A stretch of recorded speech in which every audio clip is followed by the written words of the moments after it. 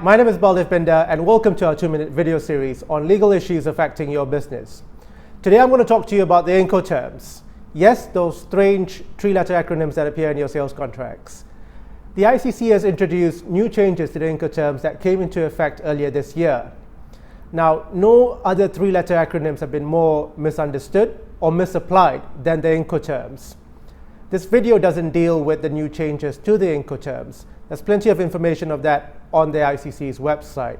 But I thought it would be useful to go through some of the old problems that are likely to persist with the new Incoterms. I'm going to talk about 3 of them. What are the Incoterms used for?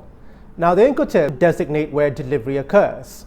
Now, why is it important to know where delivery occurs?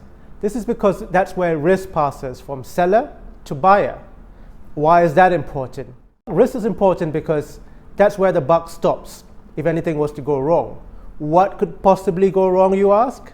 Many things. What the Incoterms cannot be used for is far longer. They cannot be used for payment obligations. They do not designate quality obligations.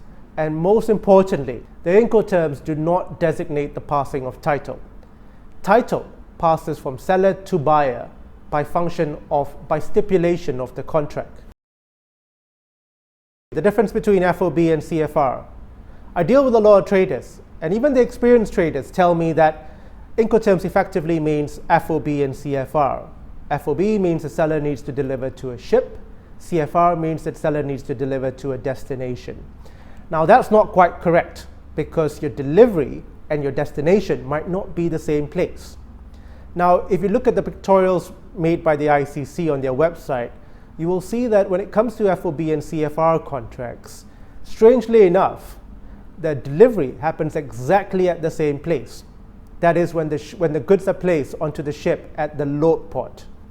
So delivery and destination are not the same. In other instances, mixing shipping terminology with the Incoterms can cause a lot of confusion. Let's use laycan, for example. Laycan is a term that's used in charter party contracts to stipulate when a vessel needs to arrive at the load port. Now, it makes very little sense to use laycan in a CFR contract, but at times we see these confusing terms mixed together. So let's take the example we've used before. CIF, Shanghai, June, and now let's throw in laycan. What we have over here is a combination of different terms with a lot of confusing terminology.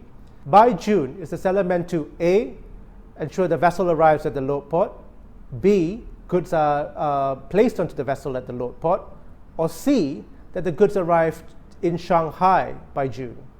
So you see, these terms can cause a lot of confusing options, which lead to uncertainty, and uncertainty causes disputes. I hope you found this session useful. I would welcome any feedback that you have in the comments below.